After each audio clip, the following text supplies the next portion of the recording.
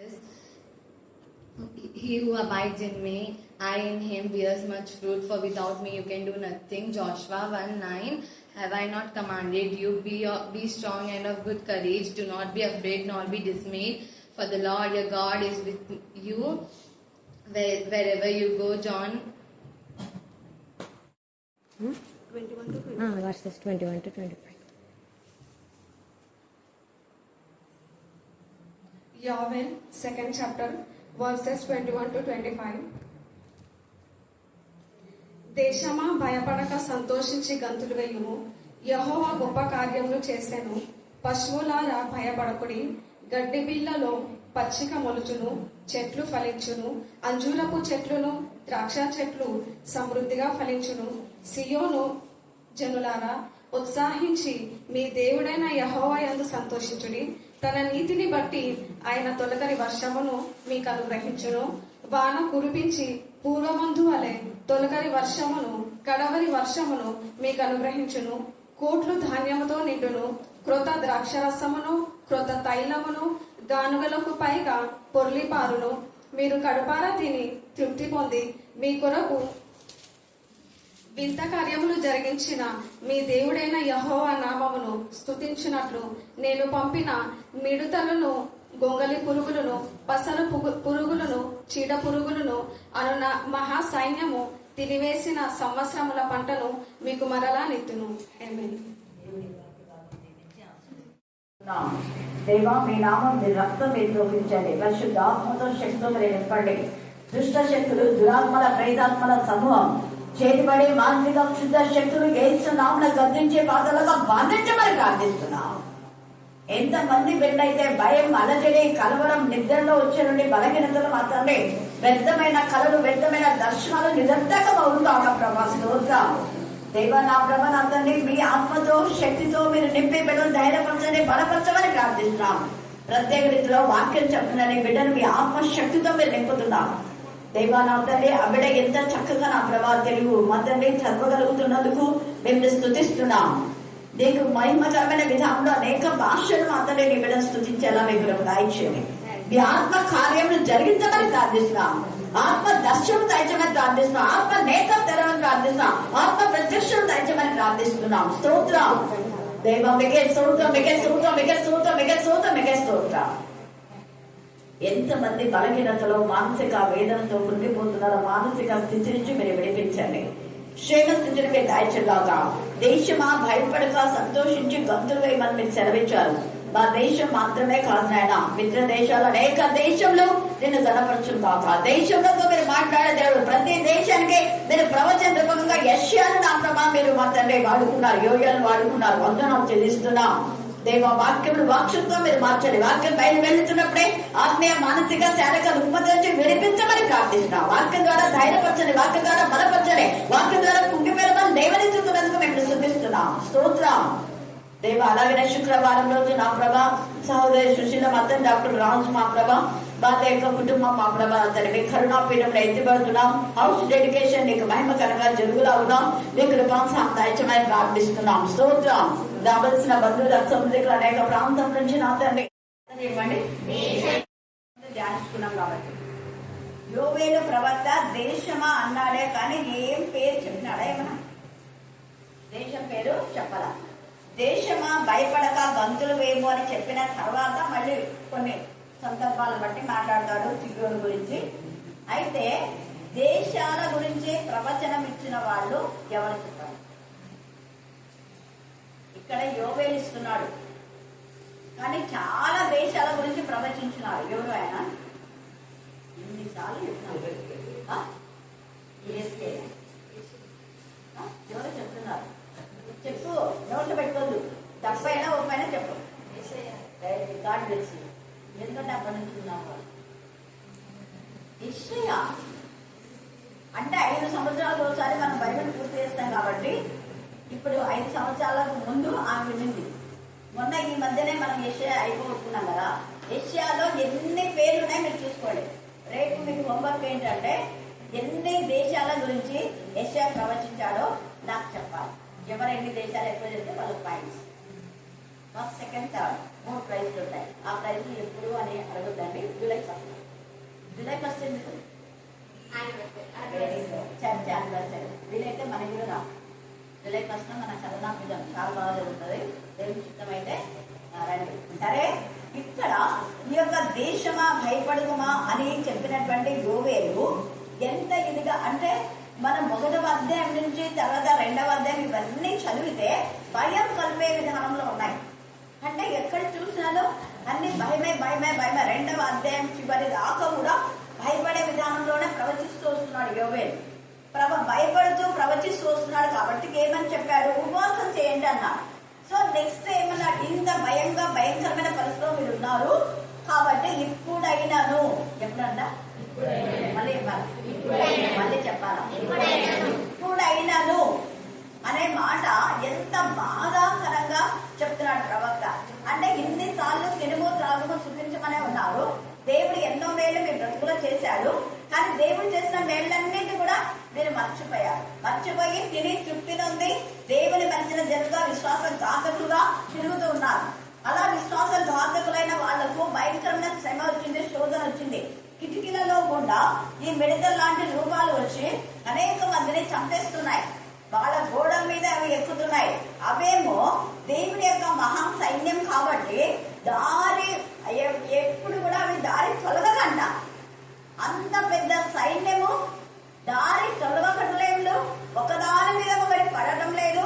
ఏ మార్గంలో అవే వెళ్తున్నాయి. ఎంత భావించిన మళ్ళీ అవి గుర్రాలు అన్నాం, కానీ యాక్చువల్ గా గుర్రాలు కాదు. గుర్రాలు అయితే కిటికీలు ఉంటాయి. కిటికీలలో గోడల మీదకి ఎక్కుతున్నాయి. గోడల మీదకి గుర్రాలు ఎక్కవు. కిటికీలలో దూరావు. మరి ఏంటిది అంటే ఆ మిడతల రూపాలని చెప్పేసి ప్రకటనలో రాస్తాడు.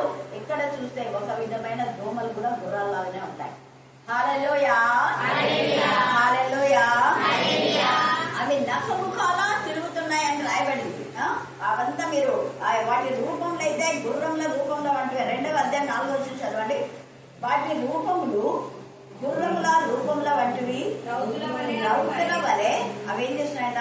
అరుగెత్తి వచ్చును.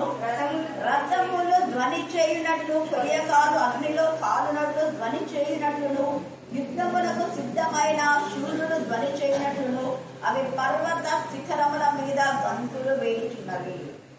అవి మీవన్నీ అవి చూస్తే భయంకరమైన విధానంలో సౌండ్ వస్తూ ఉందంట. గుర్రంలో ఒక 5-6 గుర్రాలు పోతుంటే శబ్దం వస్తుంది మనకు. ఎంత భయంకర యుద్ధము వెళ్ళేటటువంటి గుర్రాల యొక్క శబ్దం అలాగా ఉంటే వీటి శబ్దాలు కూడా కొన్నిసార్లు అన్ని చాలా దోమలు ఉన్నాయనుకో భయంకరమైన శబ్దం వస్తుంది కదా. అవి వాటి యొక్క శబ్దం మనకు చెవుల దగ్గర కొంచెం ఇంట్లో ఎంత ఇదిగా మనం చేసుకుంటాం. మరి అలాంటి కొన్ని వేలు లెక్కించలేదు, వేలనేవి కోట్లు ఉంటాయి. మరి వాళ్ళ శబ్దం ఎంత భయంగా ఉండదు. చిన్న దోమ మన చెవి దగ్గరికి వస్తేనే మనం వెంటనే ఏం చేస్తాం? అవేమి నోరు ఉండవు. వాటి రెక్కల ధ్వనికి మనం వెంటనే దోమ అని చెప్పేసి వాటిని కొట్టడానికి ప్రయత్నిస్తాం. మరి అంటే కొన్ని కోట్ల మరి అవి మనుషులను పాడు చేయడానికి వచ్చినప్పుడు వెంటనే తండ్రి దేవుడైనా ఉపవాసం చేయండి అని ఉపవాసం చేశారు. ఉపవాసం చేసిన తర్వాత ప్రతిఫలమే ఇప్పుడు దేశంతో మాట్లాడుతున్నారు. అప్పుడు దేశమంతా నాశనం అయిపోయింది, పాడైపోయింది. భయంకరంగా రోదన వేదన, ఎక్కడ చూడు ఏ ఇంట్లో చూడు శవాలే ఇలాగ ఉన్నాయి. అప్పుడు వెంటనే దేవుడు అన్నాడు, మీరు ఉపవాసం చేయండి. ఆ చేయవలసిన ఆ ఉపవాసం ఎలాగంటే అంతఃపురంలో ఉన్న పెళ్లి కుమార్తె కూడా రావాలి, అంతఃపురంలో ఉన్న పెళ్లి కుమారుడు కూడా రావాలి, చంటి పిల్ల తల్లులు రావాలి. మరి ఆడుస్తున్నాడు 8 రోజులకే రావాలా, 3 రోజులకే రావాలా, ఇప్పుడు కంటే అప్పుడు కూడా రావాలి. దేవుని మాట అలాగుంది. మనలో ఏం ప్రార్థన ఏంటంటే 3 నెలల ఇంతవరకు రావాలంట. ఉండే వాక్యం ఎక్కడైనా లేదు కదా. తల్లి మరి ఎప్పుడు వచ్చింది? అందరూ చెప్పాలా? మళ్ళీ చెప్పాలా? ఆడపేద్దలు 8 అయింది. తల్లులైన వాళ్ళారా, మీకు దేవుడు ఇచ్చిన హెచ్చరిక 8 రోజులకే పిల్లల్ని ఎత్తుకొని రావాలి. పిల్లల్ని ఎత్తుకొని వచ్చిందా? పిల్లలు లేకుండా వచ్చిందా? చెప్పాలా త్వరగా? పిల్లల్ని ఎత్తుకొని వచ్చింది. కానీ ఆ సమూయేలు వాళ్ళమ్మ ఎందుకు వచ్చింది కొన్ని సంవత్సరాల తర్వాత అంటే కొన్ని అంటే చిన్నగానే బాలులు అంటే 3rd year లేదా 4th year 5th లోపల. కారణం ఏంటంటే అక్కడే వదిలిపోతుంది కదా. మరి చిన్నోళ్ళు వస్తే మళ్ళీ ఆ యొక్క యాజకుడు ఏలియా మరి ఆ పిల్లలకి అంతా పరిచయం చేయాలి కదా, పనులు చేయలేడు. అందుకని ఎంత జ్ఞానవంతం దేవుడిని సమర్పించుకొని వెళ్ళింది. కానీ అతని పని అతను చేసుకునే వరకు బాలుడైన సమూయేలు చిన్న వయసులోనే తన పని తాను చేయడం నేర్చుకున్నాడు. తల్లులైన మనం కూడా మన పిల్లలకు పనులు నేర్పాలి. పనులు లేకుండా తినడం తాగడం నేర్పించకూడదు. అలా చేయడం ద్వారా ఏ పని చిన్నప్పుడు పెట్టావు కాబట్టి వాడు పెద్దగా అయిన తర్వాత నిన్ను తన్నేలాగా తయారవుతా, నీకు ఏ పని చేయకూడదు, ఏ పని చేయడు, రెబెలియస్ గా తయారవుతాడు. ఇవన్నీ ఇక్కడ ఎప్పుడైతే ఉపవాసం వచ్చేసిన తర్వాత వాళ్ళ పశ్చాత్తాపం వచ్చింది, మార్పు వచ్చినటువంటి వాళ్లతో దేవుడు ప్రవచన రూపంగా యోవేలు ద్వారా ఏమని మాట్లాడుతున్నా అంటే, దేశమా భయపడగా సంతోషించి గంతులు వేయము అంటున్నాడు. ఎందుకు సంతోషించి గంతులు వేయాలి అంటే, యెహోవా గొప్ప కార్యములు చేశాను. ఏం కార్యం చేశాడంట యెహోవా? అదే కొన్ని దేశాల గురించి యెషయా ప్రవచిస్తాడు. యెషయా 7వ అధ్యాయము 3వ వచనం చదవండి. యెషయా 7వ అధ్యాయం 3వ వచనం. అప్పుడు యెహోవా యెషయాతో ఇలా సెలవిచ్చాను, ఆహాజును ఎదుర్కొనుటకు నీవు అండర్లైన్ చేసుకొని ఎవరైనా పోవాలంట, మళ్ళీ చెప్పాలా, మళ్ళీ చెప్పాలా, నీవును నీ కుమారుడు అంటున్నాడు. అతని పేరు ఏం పేరు?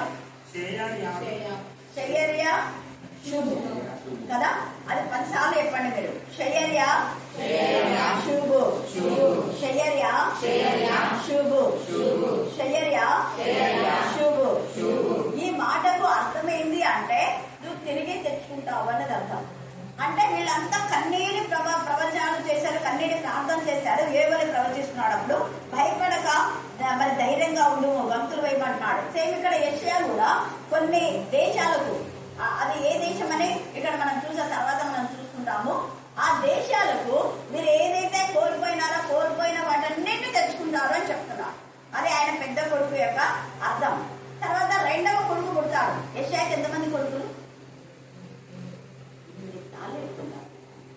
ఈ మధ్యనే కదా అయిపోయింది యెషయా. యెషయాకి ఎంతమంది కొడుకులు? 2 కొడుకులు. ఎంతమంది? మళ్ళీ చెప్పాలా? మళ్ళీ చెప్పాలా? 2వ కొడుకు పేరు ఏం పేరు? మమత తెలుసు రాకుండా. 2వ కొడుకు పేరు ఏం పేరు? మహేషాలాల్ హస్బల్. చదవండి. ఇంట్లో చాలా సార్లు అడిగిన ఇది నేను. మహేషాలాల్ హస్బల్ చెప్పండి. అంటే మహేషాలాల్ హస్బల్, మహేషాలాల్ హస్బల్. ఆ పేరుకి అర్థం ఏముంది? కింద ఉంది అర్థం. అంతా కొల్లగొట్టుకుపోతారు. ఇక్కడ పెద్ద కొడుకు పుట్టినేమో పోగొట్టుకున్నంతా తెచ్చుకుందామని ఉంది. అది కొన్ని ప్రదేశాలకు ప్రవచనం. దేవుని ఏదో భయభక్తికరమైనటువంటి దేశాలకు నీవేదైతే కోల్పోయిన దాన్నందరూ కూడా తెచ్చుకుంటావు. అలా కోల్పోయినంతా తెచ్చుకునేదే పెద్ద కొడుకు పేరు యొక్క అర్థం. 2వ కొడుకు యొక్క పేరు అర్థం ఏంటంటే, నువ్వు ఏదైతే సంపాదించినావో అంతా కొలగొట్టుకుపోతావు. కిందనే ఉంది, కింద 3 అర్థాలు ఉన్నాయి. చదవండి. మహేషాలాల్ హస్బల్ తో అర్థం ఉంది కింద. త్వరితముగా ఏమైతుందంట? దోపుడగును, ఆతురముగా. త్వరితము, ఆతురం అంటే 2 ఒకటి. ఆతురంగా కొల్లబెట్టబడతారు. అంతా పోతా నువ్వు ఏమేమి తీసుకున్నావు. అది ఎవరికి అంటే, దుర్మార్గులు, భక్తిహీనులు, అక్రమకారులు, దౌర్జన్యంతో అక్రమంగా వేరే వాళ్ళది ఏదైతే సంపాదించుకున్నారో అంత త్వరితగతిలో పోతారు. ఎవరెవరికి నువ్వు డబ్బులు తీసుకుని ఎగ్గొట్టినావో, ఎవరెవరి ఆస్తులు మళ్ళా ఇవ్వకుండా, అంటే కొంతమంది అదేంటి దాన్ని పెడుతుంటారు కదా, కుదబెట్టింటారు. అలాంటివన్నీ కుదబెడితే ఇంకా టైం అయిపోయిందని పక్కన 4 సున్నాలు పెట్టుకొని, అది నువ్వు ఇంత తీసుకున్నావు చూడు అప్పు, నీ అప్పు అదంతా కూడా ఎంత అయిందంటే వడ్డీ. మన ఎమ్మెల్యే మంత్రి పెట్టినాడు 10,000 ఎప్పుడు ఇచ్చిందంట, వడ్డీతో సహా 35,000. అది కూడా ఎక్కడ 1.5 ప్రకారం. అతను 3 రూపాయల ప్రకారం ఇవ్వడానికి వస్తే వద్దని చెప్పింది అన్నమాట. మాకు అక్క ఇలా తీసుకోకూడదని చెప్పింది. చూడండి, 1 రూపీ ప్రకారం 1.5 వేస్తే 35,000 అయింది. తీసుకుంది ఎంత? మళ్ళీ చెప్పాలి. అక్క అడిగి వదిలేసి దేవుడు తప్పగించింది. తర్వాత అతనికి ఏమో శిక్ష వచ్చింది. బయట దేవుని ఉగ్రత వచ్చింది, అందుకనే భయపడి తెచ్చిస్తున్నారు. పైగా దేవుని యొక్క సన్నిధికి వాళ్ళు ఇచ్చినటువంటి కానుక ఎగ్జాంపుల్. హల్లెలూయా, హల్లెలూయా. అంటే పోయింది కదా అనుకుంటే మళ్ళా దేవుడు తిరిగి ఇచ్చేసినాడు. అలాగా పోయింది అనుకున్న వాళ్ళకి దేవుడు తిరిగి ఇచ్చినారు. ఎవరి వేరు ఇచ్చినారు చెప్పండి? యోబు యోగు ఎందుకు దేవుడు తిరిగించిన అంటే యోగు యథార్థవంతుడు, గుర్తుపెట్టుకోవాలా. యథార్థంగా నిజాయితీగా దేవుడికి మహిమకరంగా నీతిగా ఎవరైతే జీవిస్తారో వాళ్ళు ఏది పోగొట్టుకున్నా వీళ్ళకి ఇస్తారు. ఎవరికైతే ఎగ్గొట్టారో వాళ్ళకి 10 కాదు 100 పోతారు. ఏమేమి ఎగ్గొట్టింటే అదంతా. అందుకే జక్కయ్య అక్రమంగా నేను తీసుకున్నాను ఎంత ఇచ్చినా అంట 4 అంటారు. చూసారా ఎంత ఇదిగా నిజంగా. ఇక్కడ మనం చూస్తే యోగు పోగొట్టుకున్నదంతా తిరిగి తెచ్చుకున్నాడు. ఇంకా ఎవరు తెచ్చుకున్నాడు? దావీదు. ఎక్కడ తెచ్చుకున్నాడు దావీదు? త్వరగా ఎవరి దగ్గర?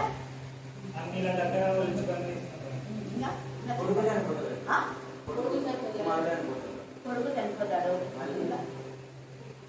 ఎక్కడి నుంచి తెచ్చుకుంటాడు అని చెప్తాం. ఆ పేరు మర్చిపోద్దని అన్నిసార్లు సిక్లాగ్. మరి మర్చిపోకూడదు, వెంటనే గుర్తుపెట్టుకోవాలా. మొదటి సమయాలు 30 లాస్ట్ ఉంటది. అక్కడ అంతా కూడా వాళ్ళు సిక్లాగ్ వాళ్ళు అంటే కొడుకు కోసం ఈయన ఇట్లా పోతే ఇంకా ఎవరు లేదే ఇక్కడ అన్ని భార్యలు పిల్లలు అందరూ తీసుకొని పోయారు. అప్షాలం చేసిన అవేగ పని. అయితే నిజంగా దేవుడి దగ్గర గుండె పగిలేలా ఏడ్చాడు. అప్పుడు ప్రార్థన చేశాడు, ఎప్పుడు తీసుకొని రండి ఊరిము తుమ్మిము. దాని గురించి ఎప్పుడైనా మాట్లాడతా, ఏవియా కాండంలో ఉంది. ఊరిము తుమ్మిము దగ్గర విచారణ చేస్తారు. విచారణ అంటే అవి పెద్ద పెద్ద రాళ్ళు అనమాట. గ్రీన్ స్టోన్, తర్వాత ఇంకోటి ఏదో ఉంటది. ఆ 2 రాళ్ళను అప్పటి నుంచి ఉంది అనమాట. ఇది ఆ 2 రాళ్లను దైవజనులు ప్రార్థన చేసి వేస్తారు. ఇట్లా వేస్తే ఆ గ్రీన్ రాయి వచ్చిందంటే తిరిగి తెచ్చుకుంటామని. ఇంకొక రాయి పడిందంటే అది నీది పోతుంది అని అర్థం, నీ దగ్గర ఉన్నదే పోతుంది అని అర్థం. అలాగా ఊరిము తుమ్మిము అనేటటువంటి 2 రాళ్ళు. ఆ రాళ్లను ప్రార్థన చేసేస్తారు, లేదంటే చీట్లు వేస్తారు. అప్పట్లో చీట్లకు చాలా పవర్ ఉండేది. ప్రార్థన చేసి వేసిన వ్యక్తుల యొక్క ఇదే ఫలిస్తాయి. ఎందుకంటే వాళ్ళకి చీట్లు వేయడం కాదు. మనల్ని ఇప్పుడు చీట్లు వ్యాపారం అయిపోయింది. చీట్లు వేసి వేరే వాళ్ళకి కూడా ఆమె ఏమైనా పెద్దది, ఆమె వివరాలే, ఆమె అడగలేని ఆమె చీటు తీసుకుని ఉంటారు. ఆమె ఏం చేస్తుంది, పాపం దాస్ తెచ్చుకుందాం అనుకుంటుంది. దాస్ నా చీటు ఎత్తుకుంటే నీ చీటు ఏడా అప్పుడే ఎత్తుకుంది కదా, అప్పుడే నువ్వు చెప్పినామని పలాని వాళ్ళు తీసుకోవాలి. ఎవరు వాళ్ళు? అదో చర్చి దగ్గర ఉంటారు వాళ్ళు. పేరు ఎందుకు చెప్పకుండా నేను ఇలా చెప్తున్నాను, ఇంత తినకుండా ఇంత తింటున్నాను. ఓకేనా? ఎంత నీచంగా చూస్తుంది, ఎంత నీచంగా, ఎంత బాధపడ్డారో నాకు నేను చెప్పి అమ్మ ప్రార్థన చేయండి. దర్జీ రాముడు కూడా, దర్జీ రాముడు వాళ్ళ కోళ్ళు అయితే ఇక్కడికి వచ్చి గట్టిగా అరిచి వాళ్ళ ఇంటి దగ్గరికి వచ్చి పోతా ఉంటే నేను అప్పుడే స్కూల్ నుంచి వస్తున్నా. ఏంటి ఇలా వచ్చావు నువ్వు అన్నా. అప్పుడప్పుడు వాళ్ళు ప్రార్థన నూనె తీసుకొని వచ్చి ఫిక్స్ వచ్చాయి, వాళ్ళ పాలైతే వస్తుంది వచ్చేవాళ్ళు. ఏంటి వచ్చాను అనుకో అంటే మూడు మేడం ఇలా తీసుకొని మంచిగా తెచ్చుకున్న వాళ్ళు పేరు చెప్పేది. బాగా ఎవరి వాళ్ళంటే మరి సంఘంలో బాగా చలామణి అయిపోలే. ఎంత నీచం అవన్నీ కూడా దేవుని దగ్గర ఉంటాయి. అప్పుడు ఎవరెవరైతే ఏ దేశం అయితే ఇస్రాయల్ బాధ పెట్టారో ఆ దేశాలన్నిటి కూడా దేవుడు నాశనం చేసేస్తారు. ఆ దేశాలన్నిటి ఉన్నవన్నీ కూడా దేవుడి సంబంధం. ఐగుప్తులు అశ్షూరులను అందరినీ కూడా దేవుడు ఎంతగా. కానీ తర్వాత ఐగుప్తులు అశ్షూరులు మళ్ళీ తమ తప్పిదాలు తెలుసుకున్నప్పుడు దేవుడు వాళ్ళకు మరి వాళ్ళని ఆశీర్వదించినట్టుగా మనం చూస్తాం. అదే ఏషియాలోనే రాయబడింది. వాళ్ళని మళ్ళీ ఆశీర్వదిస్తాను అనేది 6వ అధ్యాయంలో అక్కడ ఎంత ఉందో మీరు తర్వాత చదువుకోండి. ఇక్కడ ఈ యొక్క ఏవీలు కూడా ఎంత చక్కగా వీళ్ళు ఫాస్టింగ్ ప్రేర్ చేశారు ప్రార్థన ఫలితంగా. అప్పుడు అంటున్నాడు, మీరు ఏదైతే గొంగల కొడుకులు మీరు తిరివేసిన పంటనంతా కూడా మళ్ళీ నేను ఇస్తాను. దేశమా భయపడగా సంతోషించి గంతులు వేయమంటున్నాడు. ఒకటి. రెండవది, యెహోవా గొప్ప కార్యములు చేసేనా అన్నాడా చేస్తానన్నాడా? మళ్ళీ చెప్పాలా? చేసేను. వాళ్ళకి ఇంకా కనపడలే కానీ దేవుడు ఆల్రెడీ చేశాడు. అక్కడ మీరు తెచ్చుకో, మీకు తెలియకుండా ఆన్ ద వే దానియేలు ప్రార్థన చేస్తున్నాడు. ప్రార్థన చేయడం మొదలు పెట్టినప్పుడే 21 రోజు చేశాడు. మొదలు పెట్టిన రోజు అప్పుడే దేవుడి దగ్గర నుంచి దూత వస్తా ఉంది. కానీ దూత రాకుండా దేవునికి విరోధమైన విధానంలో ఆ దూతతో పోరాడినాడు. దేవునికి విరోధమైన విధానంలో. అయితే మళ్ళా అక్కడ మిఖాయిలు తోడుగా ఉండి యుద్ధం చేసి అక్కడ జయించి పోయి చెప్పుకో ఎందుకంటే వార్తాహరుడు గాబ్రియల్, యుద్ధం చేసేవాడు మిఖాయిల్ రాడు, గాబ్రియల్ ఒక్కడే వస్తాడు. నువ్వు బహుప్రియుడవు, నువ్వు మొదలు పెట్టినప్పుడే నేను నీ దగ్గరికి రావాలని జారీ అయింది ఆజ్ఞ. కానీ మధ్యన పనికి మాలోడు ఇలాగ నన్ను ఆటంకపరిచినాడు అని చెప్తాడన్నమాట. దానియేలు చాలా సంతోషపడతాడు. కానీ గాబ్రియల్ వచ్చి చెప్పిపోయినందుకు చాలా సంతోషపడతాడు. అయితే దేశం భయంకరమైన శిక్ష గురైపోతుందని తెలిసి అంత్య దినంలో జరుగుతుంది తెలిసి ఇప్పుడు మణిపూర్ యొక్క సిచ్యువేషన్ అంతా దానియేలు వర్ణిస్తారు. ఇప్పుడు జరుగుతున్నాడు. ఎక్కడంటే అక్కడ అగ్ని రాజుకుంటది, భయంకరమైన సిచ్యువేషన్ వస్తుంది, ఒకరికొకరు చంపుకుంటారు, ఇలాగంతా కూడా దేశం అంతా నాశనం అయిపోతుంది అని అప్పుడే ప్రవచించారు. అవన్నీ తెలుసుకొనే దావీదు ఎంతగానో చూపిస్తారు. ఇక్కడ యోవేలు కూడా ఏం చేస్తున్నాడు, మొదటంతా బాధాకరంగా ప్రవచిస్తాడు. ఆ తర్వాత మీరు పశ్చాత్తాపన్నారు కాబట్టి దేవుడు మీకు ఆల్రెడీ గొప్ప కాలం చేశాడు, కానీ ఇంకా మీకు కనులు తెలియలేదేమో. పశువులారా భయపడకుడి, పశువులారా భయపడకుడి అంటున్నాడు. తర్వాత చూడండి, గడ్డి బీళ్లలో పచ్చిక మొదచుడు. అప్పుడు పశువులు మొరపెట్టినాయి. ఎవరికి మొరపెట్టినాయి పశువులు? మళ్ళీ ఇవ్వాలా? ఎందుకు మొరపెట్టినాయి పశువులు? పచ్చిక లేదు, కరువు వచ్చేసింది భయంకరంగా. దేవా, మేము మానవుడు పాపం చేస్తే నువ్వు వర్షం లేకుండా భయంకరమైన కరువు వచ్చింది, మేమేం పాపం చేసినాం, మాకు ఏమీ లేదు, గడ్డి లేదు కదా మాకు, మరి ఏంటి మా బ్రతుకులు అని అవి మొరపెట్టుకున్నాయి. తర్వాత అప్పటికి కూడా పాపపు అర్థ బలి, నైవేద్య బలి, అపరాధ పరిహార బలి, దహన బలి, సమాధాన బలులు ఉన్నాయి. ఆ బలులు వీటినంతా ఎక్కువ అర్పిస్తున్నాం, అంతే కదా. పాపం చేస్తే ఎక్కువ పశువులన్నీ కూడా వధించబడుతున్నాయి, వాటి రక్తం అంతా కూడా పారిపోతుంది. అవన్నీ కూడా ప్రాణం, రక్తం అంటే ప్రాణం. అవి మొరపెట్టుకున్నాయి దేవుడు. హేబేలు రక్తం మొరపెట్టినాడు. మేమేం పాపం చేసినా, పాపం చేసింది వాళ్ళు పాపం చేస్తే మమ్మల్ని ఎంత వధిస్తున్నాం. పాపం చేయడం, దేవా దేవా క్షమించు అనేది ఎద్దులు వధించడం, గొర్రెలు వధించడం, పక్షులను వధించడం, ఇలాగే సరిపోతుంది. అనేక పశువుల పదం పాడైపోయింది. కానీ దేవుడు పశువుల యొక్క మొరలు కూడా విన్నాడు. అందుకనే పశువులారా భయపడకుడి. చెట్లతో కూడా అంటాడు, చెట్లారా భయపడకుడి అన్నాడు. మీకేం హాని జరగదు అన్నాడు. ఎక్కడ త్వరగా అయిపోయి ఇంత సింపుల్గా చెప్తున్నాను. ఇక్కడ దేశమా భయపడకు అంటే దేశంలో మనుషులు ఉన్నారు, పశువులు ఉన్నారు కదా. మరి ఈ యొక్క వృక్షాలు కూడా ఉన్నాయి. వృక్షాలారా భయపడకుడి అన్నాడు. ఎక్కడ అన్నాడు? రోజు మనకి గట్టి క్లాస్ కొట్టండి. ఈ మధ్య చెప్పింది ప్రకటన 7వ అధ్యాయంలో దేవుని నామం పేట ముద్రించవాళ్ళ నొసల ముద్ర వేయాలి. ముద్రించే వాళ్ళు తప్ప మిగతా అందరికీ శిక్ష.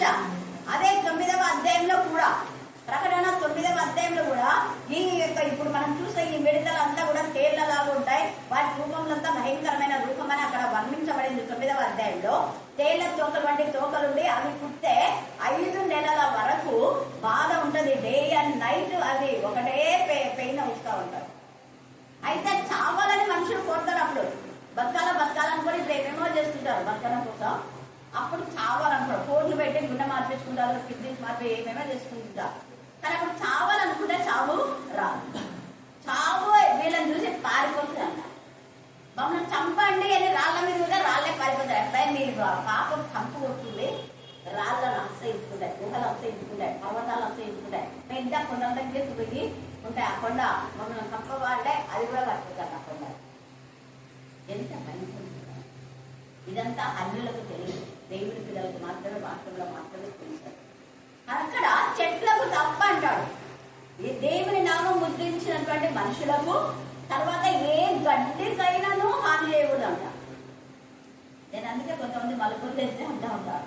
ఈరోజు పొద్దున్న చెప్పిన స్టోరీ సీసీ కెమెరాలో పడింది, ఆ టీవీ వచ్చింది కదా, తెలుసుకున్న వాళ్ళు చెప్పిన మీరంతా 14 రోజులు సీసీ కెమెరా అంటే అక్కడ లేదా కావుతాయి ఇష్టపడినా ఏం కాయినా నేను తెచ్చిస్తే తీసుకుంటే మీకు ఆశీర్వాదం, మీకు మీరు తెచ్చుకుంటాను. ఎందుకంటే ఒక్క పండు తింటేనే దేవుడికి కోపం వచ్చి ఏం చేసినాడు, ఆ కంటి పంపించి మనకు అందరికీ ప్రశాంతం వచ్చింది. ఒక్క పండే వాళ్ళకి పెద్ద ఎక్కువ తిన్నా రమ్యమైనది అని ఆ పండు ఆమె తింటే మళ్ళీ ఎవరికిచ్చిందంట ఆ భర్త. కొన్ని తీసుకుందో ఏమో తెలియదు మనకు, కానీ తిన్న వెంటనే పాపం. ఎందుకు అంటే నేను అదే అన్నా, నేనంతా ప్రే చేసి ప్రేయర్ ఆయిల్ అంతా చల్లుతాను. మీరు తెలియకుండా తీసుకోవడం మంచిది కాదు. ఏదైనా చిన్న పెన్సిల్ కూడా అడిగి తీసుకోవడం నేను నా స్టూడెంట్స్ నేర్పిస్తాను. అడగకుండా బల్బం కూడా, వాడి బల్బానికి కూడా ఇంతనే ఉంటుంది బల్బం. మేడం నాకు బల్బం లేదు మేడం, వాడిని అడుగుతున్నా మేడం అంటాడు. మీరు అంటే వాడు ఇంతనే ఇస్తాడు. అన్నీ ఉంటాయి, పెద్ద మస్తు ఉంటాయి బల్బాలు, అన్ని ఏడు వాళ్ళు చూసి ఇంత బల్బం ఇస్తాడు. వాడు అంటాడు మళ్ళీ వచ్చి మేడం మీరు పట్టుకుని రాదు, మళ్ళీ వాళ్ళు చూసి ఇవి ఉన్నాయి కదా ఈవెంట్ ఒకటి అంటే హల్లెలూయా హల్లెలూయా. ఎప్పుడైనా అడిగి తీసుకుంటే ఆశీర్వాదం, అడగకుండా ఏది తీసుకొద్దని. ఎక్కడ తీసుకొద్దాను, ఇక్కడ మాత్రమే కాదు ఎక్కడ తీసుకొద్దాను. ఇక్కడ యోవేలుతో దేవుడు ప్రవచించిన ఈ ప్రవచనంలో పశువులారా భయపడకూడదు అంటున్నాడు. బండి తర్వాత ప్రజలందరికీ ఏమంటున్నా అంటే చూడండి, చెట్లు ఫలించినాడ. అప్పుడు అంతా బాగుపడినాయి. అందుకని ఇప్పుడు చెట్లు కదా, గడ్డి వీళ్ళలో పచ్చిక మొలుచును. అప్పుడు గడ్డి వీళ్ళలో పచ్చిక అంతా పోయింది, చెట్లంతా ఎండిపోవడానికి వచ్చినాయి. అందుకని చెట్లు ఫలించును. అంజూరం చెట్లును, ద్రాక్ష చెట్లును మళ్ళీ ఎలా ఫలిస్తాయా? సమృద్ధిగా. ఎలాగా? మళ్ళీ చెప్పాలా? ఏంటంటే తేలిన పదార్థం ఏంటంటే, నువ్వు కన్నీటితో హృదయపూర్తిగా హృదయం చించుకొని, బట్టలు చించుకొని కాదు, తల బాదుకొని కాదు, తల గోడ కొట్టుకోవడం కాదు, ప్లేట్లు పడేయడం కాదు, కుండలు పడేయడం కాదు, అంట్లు తొమ్మితే దందంగా పడేస్తుంటారు ఆడలు. కోపం వచ్చిందండి, అప్పుడే అర్థమైతే అర్థం మీద కొబ్బరి తీసి గిత్త మీద వేసినట్టుగా చేస్తుంది. అప్పుడు అర్థమైతే మంచిగా ఉన్నప్పుడు వారిని నీళ్ళు దొరుకుతుంది. కానీ తర్వాత పడేస్తుంది. అంకెలు దొక్కులు పోయింటాయి. చాలా మంది ఇళ్లలో భక్తులు పోయింటాయి. నేను చెప్తున్నాను, గ్లాసులు అవన్నీ అంటే పడేసినవి కదండి, పడేసిన అంటే భక్తులు ఉంటాయి. మా దగ్గర ఒక ఊళ్ళో పోతుంది. హల్లెలూయా, హల్లెలూయా. ఇక్కడ ఇంత ఇదిగా ఇవన్నీ ఫలిస్తుంటే సమృద్ధిగా, నీకు సమృద్ధి అనే జీవితం దేవుడు ఇస్తాడు. ఎప్పుడు దేవుని సన్నిధిలో కనిపెట్టుకుని ఉపవాసం ఉండి హృదయపూర్తిగా కన్నీరు కాస్తాయి, హృదయపూర్తిగా దేవుని మనం పెడతాయి. ఆయన మనకి ఇవ్వడానికి ఎవరు చెప్పగలనండి. ఆయన సమృద్ధిగా ఇస్తాడు. మనం సొంతగా ఫలించడమే ఆయన ఇష్టం. మనం అడుగు తినేది ఆయనకి ఇష్టంలే. ఆయన రాజుల రాజు, ఆయన ప్రభుల ప్రభు. రాజకుమారులు రాజకుమార్తెలు ఎలాగ ఉండాలో అలాగ ఉండాలనేది దేవుని ఉద్దేశం. బెగ్గర్స్ గా ఉండడం దేవునికి అస్సలు ఇష్టంలే. కాకపోతే నువ్వు దేవునికి ఇవ్వాల్సిన సమయం దొంగిలించబడతావు. ఒక రోజు దేవుని చదివికి రాలేదు అనుకో, ఉదాహరణ చెప్తాను. ఒక్క రోజుకు 1:2 ఎంత పద్ధతి చెప్పండి. దేవుడు మనకి ఎంత ఇమ్మన్నాడు? దశభాగం అన్నాడా? అంటే రోజులో దశభాగం 3 గంటలు అనుకోండి. 3 గంటలు నువ్వు ఒక్క రోజు రాకపోతే 3 గంటలకు 3 ఇంటూ 10 వేసుకోండి. ఎంతైతే 30 రోజులు బాధపడతావు. అలాగే నువ్వు ఆయనకు 10 రూపాయలు ఇవ్వకపోతే 300 పోతుంది. 300 ఇవ్వకపోతే 3000 పోతుంది. 3000 ఇవ్వకపోతే ఎంత ఇంకా మీరు చేసుకునే దేవుడు ఇచ్చిన దాంట్లో మనం ఏమి ఇవ్వకుండా కూడా అలాగే అయిపోతాం. అంటే ఒక్క రోజు నువ్వు రాకపోతే 3 రోజులు మంచాలు పడాల్సి వస్తారు. పిల్లలకి ఏదో ఒక దానికి కడుపు నొప్పో, తలనొప్పో, మానసికంగానో, ఒకవేళ ఏది రోగమే లేదనుకో, కూర్చున్నా లేచినా సమాధానం అని ఉండదు, మనసు ప్రశాంతంగా ఉండదు. కారణం దేవుడి సన్నిధి వస్తే ప్లీజ్ మాత్రం మాకు ఎన్నిసార్లు చెప్తున్నారు. హల్లెలూయా, హల్లెలూయా, హల్లెలూయా. కాబట్టి మనం ఎప్పుడు గుర్తు పెట్టుకోవాలి. దేవుడు ఊరికే చెప్పలే కదా దశభాగం అని. సమయం అనే ఎందుకు చెప్పలేదు? డబ్బులు ఇస్తే నేను చేతులు అనుకుంటాను అనేది కదా. ఎవరికి కానీ డబ్బులు అంటాడు. 1000 పక్షులు అంటే నాకు కావాలి. అలాగని ఇవ్వకపోతే కూడా అది ఇవ్వాలా, ఇది ఇవ్వాలా, 2 ఉండాలి. 2. హల్లెలూయా, హల్లెలూయా. అందుకే అప్పుడు వీళ్ళంతా చేశారు కాబట్టి సియోను ఇప్పుడు అంటున్నాడు పేరు. ఎవరంట వీళ్ళు? సియోను. ఇక్కడ దేశమా భయపడకంటే యెరూషలేము ప్రాంతం, యూదయా దేశంలోనే కదా సియోను ఉండేది, యూదయా దేశంలోనే కదా యెరూషలేము ఉండేది. అందుకే యూదయా, ఇశ్రాయేలు ఇవన్నీ కూడా. అందుకనే ఇక్కడ అంటున్నాడు కదా, సియోను జనులారా ఉత్సవించి మీ దేవుడైన యెహోవా యందు సంతోషించు. ఎవరైందు సంతోషించాలా? సినిమాలనా, చికెన్ 65 మటన్ 65 బిర్యానీ ఎంజాయ్ చేస్తున్నారు. నాకు డౌట్ ఏమంటే పుచ్చకాయ తిన్నందుకు చచ్చిపోయినారని అంటున్నారు. కానీ ఏమో వచ్చిన వాళ్ళు 9 మంది అన్నారు. ఆ 4 వచ్చిన 5 మందిలో ఎవడైనా పెట్టుండొచ్చు కదా. ఏమైనా పుచ్చకాయనా ఆయన ఎందుకు అనుకోలేదు. పుచ్చకాయనా ఎంతమంది పుచ్చకాయలు తింటారు. అలాగని చెప్పడానికి లేదు. పుచ్చకాయలో కూడా పాయిజన్ ఉంటుంది.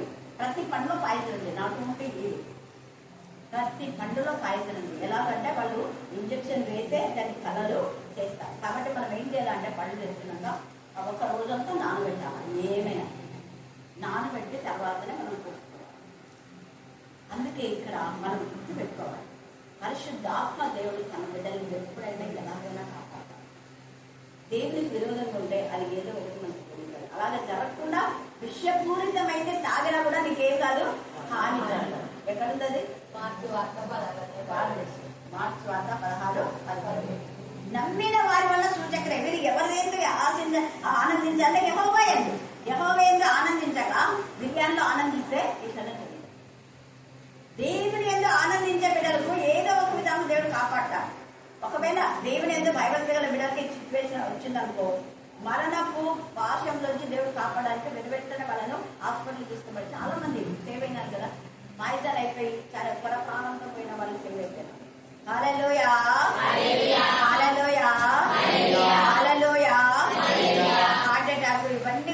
గ్యాస్ ఫామ్ అయ్యి తర్వాత స్టమక్ ప్రాబ్లం అన్ని రోగాలు వస్తాయి. వాటన్నిటి దేవుడు కాపాడతాడు. ఎప్పుడు అంటే నువ్వు యెహోవా యందు ఆనందించినప్పుడే. యెహోవా యందు ఆనందించకుండా లోకంలో ఆనందిస్తుంటే బ్రతుకులంతా ఇలాగ అనుకోకుండా. వాళ్ళు అనుకున్నారా చచ్చిపోతామని? ఒకవేళ నాలాంటి వాడి జాగ్రత్తరా బాగా కనుక్కొని ఆ పుస్తకాన్ని తినంటే ఏం కాదు లేదు, ఎంతమంది తిన్నారు, ఎన్నిసార్లు తింటా, ఏం కాదు నమ్మకం ఉండాలా. తింటే కూడా ఏం కాదని అంటే నమ్మకం వేరే విధానంలో నమ్మకం.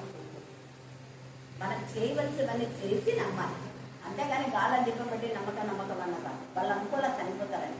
అలాగనే మనం కూడా ప్రయాణం చేసేటప్పుడు ఎన్ని సోర్స్ ఉన్నాయి, ఆ సోర్స్ మనం యూజ్ చేసుకోవాలి. మన ఇష్టానుసారంగా పోకూడదు. నేను చాలా మంది బైకులు వాళ్ళకి చెప్తున్నాను, ఎక్కువ యాక్సిడెంట్స్ దేనికి అవుతాయి చెప్పండి? కన్ఫర్మా? అందరు కళలు వస్తున్నారు. మరి ఎందుకు మనం బైక్ ఇంత ఉంటారు? ఎందుకు బైకులు? ఒకటే బైకులు. వాళ్ళు చదివేది 10th వచ్చింటారు, మమ్మీ నాకు బైక్ పెడతాను, మమ్మీ కొనిస్తారు తెలియలేకుండా. వాడు 10 తక్కువ, వాడికి అవసరం ఆ బైక్. చిన్నప్పుడు అప్పుడు వెళ్ళి స్కూల్ చూసుకుంటాను, బాగా తిన్నాను. నేను పెట్టినాడు క్లెయిమ్ చేయమని చెప్పింది. దీని నుంచి అంతవరకు అవసరమా చిన్న ఇస్తాను. తర్వాత పిల్లబడుతుంది 1,50,000 కొని అది తర్వాత అయిపోయింది.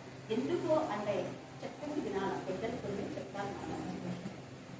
ఇప్పుడు డాక్టర్స్ కూడా మంచి విషయాలు చెప్తారు, వినమ్మా. యెహోవా యందు భయభక్తి గల బిడ్డలకు దేవుడు ఖచ్చితంగా క్షేమస్థితి ఇస్తారు. తర్వాత చూడండి ఏమంటున్నారు, తొలకరి వర్షంను మీకు అనుగ్రహించును, వాన కురిపించి పూర్వం వలె తొలకరి వర్షంలో కడవ వర్షంలో మీకు అనుగ్రహించును, కొట్లు ధాన్యంతో నిండును, క్రొత్త ద్రాక్ష రసం కొత్త తైలంలో గానుగలకు పైగా అండగా చేసుకోండి. నీ గిన్నె నిండి పోగొట్టుకున్నదంతా యోగ తెచ్చుకున్నాడు, పోగొట్టుకున్నదంతా ముందు తెచ్చుకుంది. ముందు వాళ్ళంతా ఇక్కడ వచ్చిన తర్వాత అదంతా వేరే వాళ్ళు తీసుకున్నారు, కానీ మళ్ళీ దేవుడు ఇచ్చాడు. అలాగనే షునేమి రాజు 2వ రాజు కదా, ఆమెది కూడా ఆమె ఆస్తి అంతా పోగొట్టుకున్నదంతా ఇచ్చేసారు. మళ్ళీ ఇంకా ఎవరికి ఇచ్చినాడు? పోగొట్టుకుంది యోగుకి ఇచ్చినాడు, దావీదుకి ఇచ్చినాడు, షునేమి రాజుకి ఇచ్చినాడు. తర్వాత ముందు తెచ్చుకుంది. ఇంకా ఎవరైనా ఉన్నారా పోగొట్టుకుంది తెచ్చుకున్నవాడు? యాకోబు పోగొట్టుకున్నదంతా కాదు, కానీ వాళ్ళ నాన్న మోసం చేశారు. యాకోబు ఏం పోగొట్టుకోవాలి? దేశం పోగొట్టుకున్నారు. కాకపోతే యోసేపు తన అన్నం తీసుకున్నారు, కానీ దేవుడు ఇంకొక విధానంలో. ఇక్కడ మీరు గమనించాలి, వాళ్ళ అన్నం మళ్ళీ తెచ్చేసినారా? లేదు. కానీ దేవుడు అదే నీకు ఎవరైనా కూడా మోసం చేసి నేను లాక్కున్నారే అనుకో, నేను ఇవ్వలేదే అనుకో, నీ దగ్గర డబ్బులు తీసుకున్నారు, వాళ్ళు సరిగా ఇవ్వాలా, ఇస్తామన్నారు ఇవ్వాలా. కానీ దేవుడు నీకు ఇంకొక విధానంలో ఇంకా ఎక్కువ ఇస్తాడు. అక్కడ వాళ్ళ దగ్గర ఉన్న ఆస్తి యోసేపు తీసుకున్న ఆస్తి చాలా తక్కువ, కానీ యోసేపు వాళ్ళ అన్నలకే ప్రాపర్టీ ఇచ్చే విధానంలో రేంజ్లో దేవుడు ఆశీర్వదించాడు. పోగొట్టుకున్నది కొంచెమే, కానీ సంపాదించుకున్నది చాలా ఇస్తారు. సంపాదించడమే కాదు, 10 మందికి ఆ సంపాదన పెట్టాడు. అందుకే నిండి పొందినప్పుడు అనేక మందికి మనకి ఇచ్చేవాడుగా దేవుడు సాయం చేశారు. ఇంకా ఇది చాలా ఉంది, ఇప్పుడు టైం అయిపోయింది కాబట్టి దేవుడు ఈ లేఖన భాగం దీవించి ఆశీర్వదించుగాక. ఆమేన్ ఆమేన్ ఆమేన్. ఈ సమయమందు చివరి ప్రార్థన బాగుంది. వర్షంలో ప్రతి మాటను తండ్రి మేము అందరం గుర్తుపెట్టుకుంటూ నిశ్చితానుసారంగా మీ వాక్యానుసారంగా జీవించినట్లుగా సహాయం చేయండి. అలాగే తండ్రి వచ్చిన ప్రతి ఒక్క బిడ్డను మీరు పేరు మీరు జ్ఞాపకం ఉంచుకున్నాయా, ఎవరెవరు ఎటువంటి అవసరాలు ఉండి వచ్చినారో ప్రతి ఒక్కరి తండ్రి నిశ్చితానుసారంగా మీ వాక్యానుసారంగా వాడుకున్నటువంటి ప్రతి అవసరాలను తీర్చిదిద్దండి. అలాగే తండ్రి యువనస్తులను మీరు జ్ఞాపకం ఉంచుకోండి. ప్రభావ విన్న వాక్యంలో తండ్రి ప్రతి యువనస్తుల గురించి తండ్రి మేము విన్నాం తండ్రి. ప్రభావ తండ్రి వారి యవన జీవితంలో ఎలాగైతే పరిశుద్ధంగా ఉంది మీ చింత చేరున్నారో అటు జీవితాన్ని అటు పరిశుద్ధతను మీరు మాట్లాడించండి. అలాగే తండ్రి పెద్దవారిని మీరు జ్ఞాపకం ఉంచుకోండి. వారికి ఉన్నటువంటి శ్రమలు ఇబ్బందుల నుంచి చింత నుంచి యథార్థ నుంచి వారిని మీరు విడిపించండి, వారిని రక్షించండి. అలాగే తండ్రి చిన్న బిడ్డలు కూడా మీరు జ్ఞాపకం ఉంచుకున్నాయా, వారిని మీ పాద సన్నిధి నుంచి తండ్రి చిన్న వయసు నుంచి తండ్రి బహు అత్యధికంగా మీ సేవలో వాడబడుతూ మీ చిత్తానుసారంగా జీవించే భాగ్యం తెచ్చింది.